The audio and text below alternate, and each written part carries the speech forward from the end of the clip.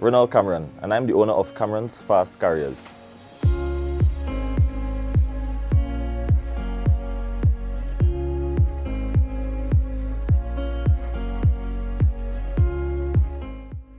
Well, truth be told, the moment I got a temporarily laid off letter from the company, from Liat that is,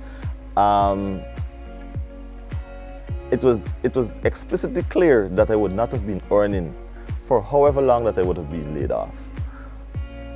And that is a huge spoke in the wheel for me. Having 2 kids, and at that time I had another one on the way who unfortunately passed away. There was a certain level of innate aggression that I just needed to get something off the ground. And like I said before, I was toying with tons of ideas, but this one stood out. Good morning, Cameron's Fast Carriers. Sure. Yes, ma'am. What is your name? Contact number for you? He should be there in about 20 minutes. Is that okay with you? Okay, great. No problem. Thank you for calling.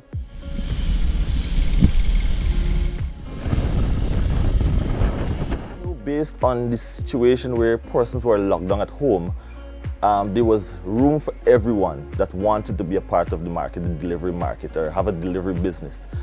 Yes, initially I thought about the competition and how many competition there is in the market.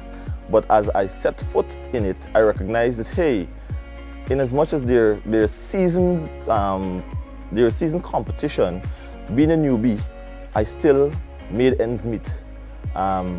I ensured that my efficiency was on point. I ensured that I answered all my calls, and when the phone rings, I'm always available to answer. The response, my initial response from the Guyanese population, it started off slow as expected as a new business.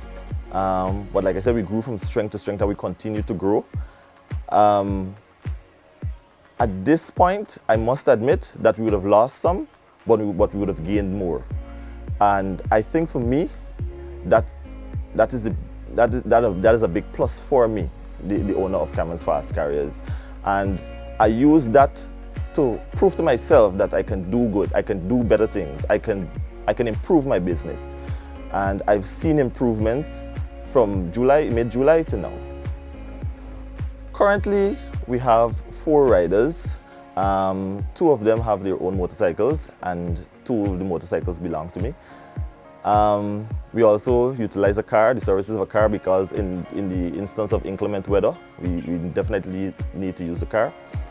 We service Central, Greater Georgetown, and Linden and Barbados as well. But Linden and Barbados, we do those twice per week. Tuesdays and Thursdays for Linden, Mondays and Fridays for Barbados. And the cost for that is $1,500. Central Georgetown cost is $400. Greater Georgetown, the prices start to increase a little bit depending on where the pickup or drop off is.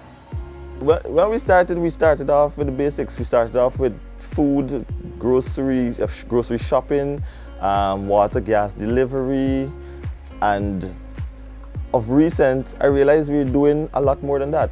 We're taking people's cars to the car wash, right? We're paying bills. In addition, we sell SIM cards to Digicel and top up for Digicel. So at any given time you can meet any of our couriers and they will have SIM cards available to you for sale. And like I said, as the days go by and as calls come in, we get different requests from customers and we try to satisfy them as much as possible. So once a new request comes in, we jot it down and we definitely work on making that request better and formalizing that request.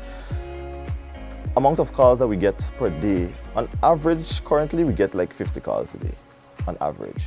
We're still working on getting that to a higher number, but like I said, with focusing on efficiency and wanting efficiency to be the greatest selling point of this business, I'm looking currently to widening my employment base so that I can, my labor force, so that I can have more riders to satisfy more calls. I was asking myself, why didn't we do this business pre-COVID?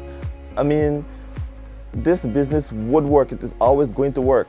People always has needs, food delivery needs, and not all the food joints have their designated delivery personnel that is employed by that company. So a lot of them outsource the work.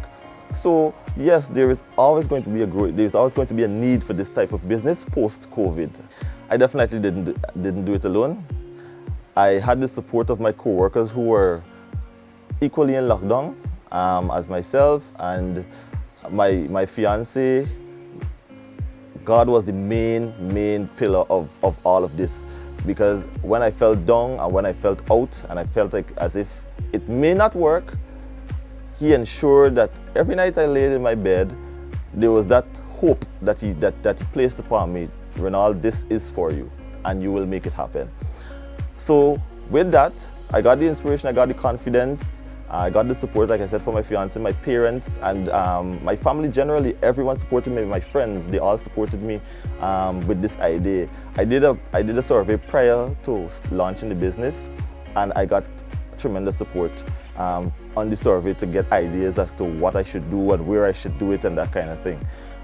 Still using the survey data up until today, but yes, everybody pitched in the way they ought to, and I'm thankful for the support and continued support, the support then and the continued support.